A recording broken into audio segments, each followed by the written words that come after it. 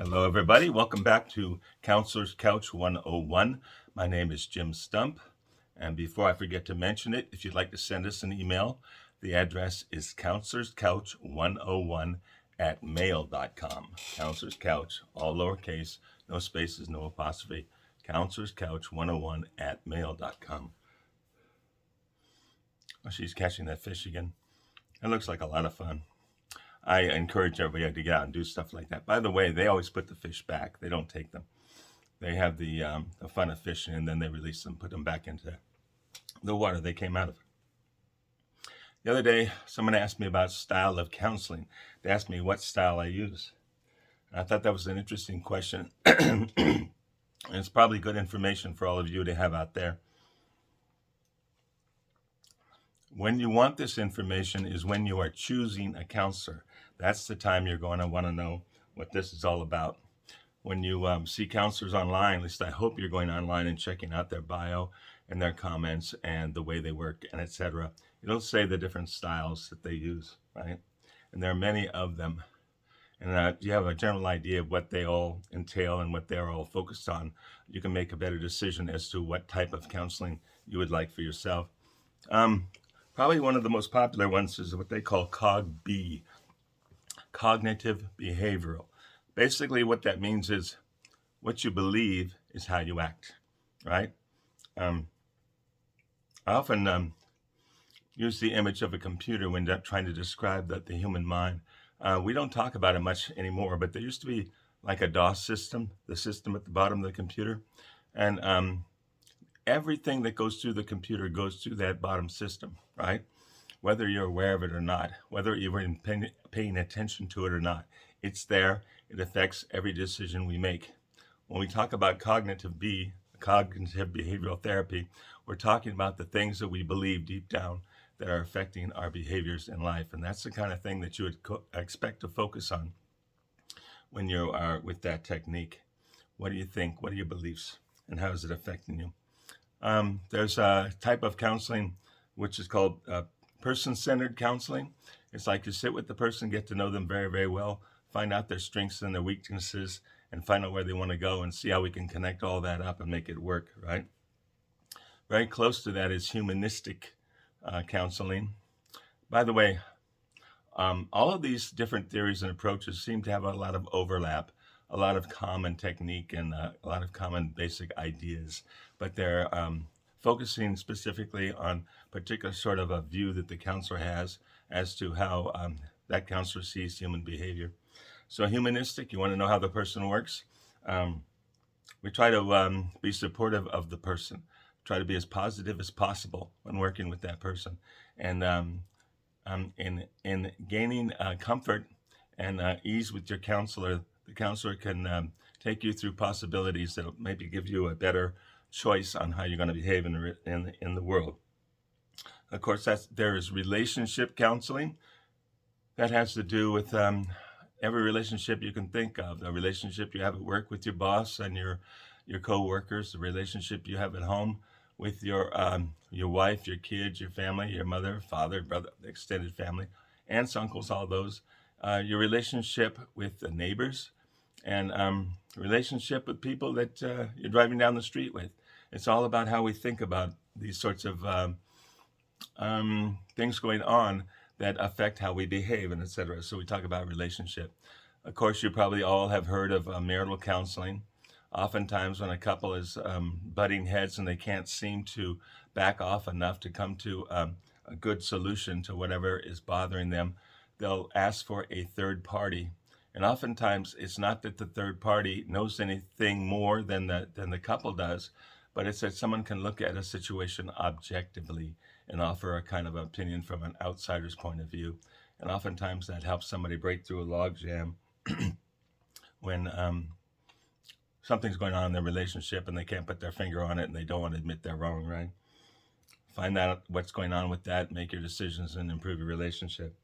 There's a therapy called behavioral. We just look at how the person behaves in the world, what kind of choices that person makes, what kinds of things that person puts into his or her life, activities, vacations, style of work that you pick, friends, neighbors, all that sorts. Look at the whole picture of it and say, okay, is this working for you? And why do you pick these things, especially if they're not working, right? Psychodynamic.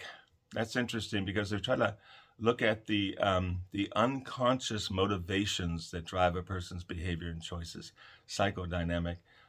That's really an interesting part of counseling. We don't often get to do that in a pure form because there's too many other things going on. People usually walk in and they have some sort of specific goal in mind. They want to fix something quick and be on their way.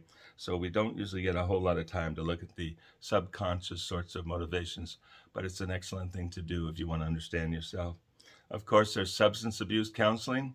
Go in and figure out people who use substances, basically they're self-medicating, right? They're not happy with life. There's something about what's going on that they're not happy with, they don't like. And so they want to change it. They want to get out of their bad mood and get into a better mood.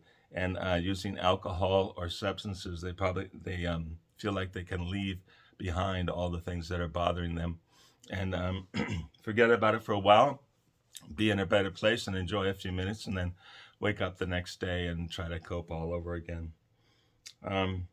There's a word that people have been throwing around a lot, mindfulness, right? Excuse me. We get all these people calling in trying to sell us things. Mindfulness, it's basically the idea is to be aware of where you are in the moment. I am right here now. I'm doing this right now. Oftentimes, people we're lost in our head. We're always thinking about something from the past or something from the future, but we're not right here now paying attention to what's going on. Oftentimes when people have problems with motivation or getting work done and things like that, it's because their mind is jumping all over the place. We got to get that noise out of the head in order to focus on what we need to do here and now. Mindfulness. The thing about all these different styles is most counselors use a mix of all of them, right? And that's generally referred to as eclectic, meaning I learned a whole lot of different styles and I will apply them as needed or as I think they will assist the person I'm talking to, right? So I'll use a little bit of this and I'll use a little bit of that and just try to help the client move forward by presenting a whole lot of different ways to look at things, right? Many styles. But the most important thing I can tell all of you is regarding a counselor, you want to find a counselor that you're comfortable with, someone you can trust, someone you think you can talk to. That's the most important thing, regardless of the style that the counselor uses in the beginning of your relationship. Do you feel comfortable with this person? Like I said, can you trust them? Can you think that, do you feel that they have your best interest in mind, right? They are not trying to put a certain kind of a style on you. They're trying to figure out what works for you and walk with you to get from where you are right now to where you want to be. So all these different kinds of styles are available out there.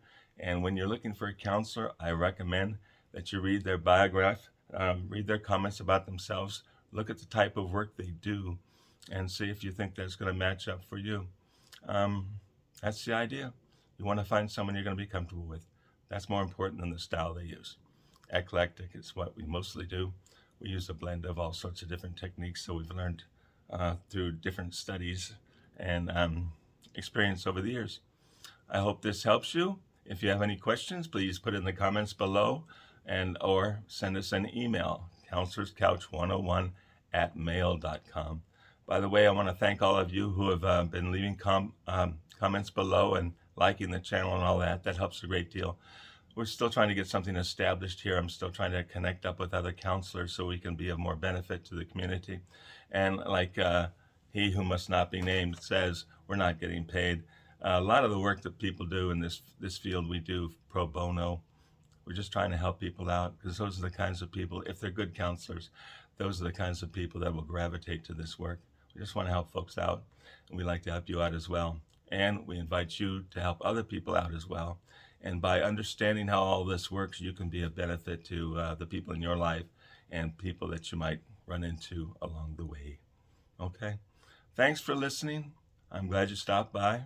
I'll look forward to speaking with you next time.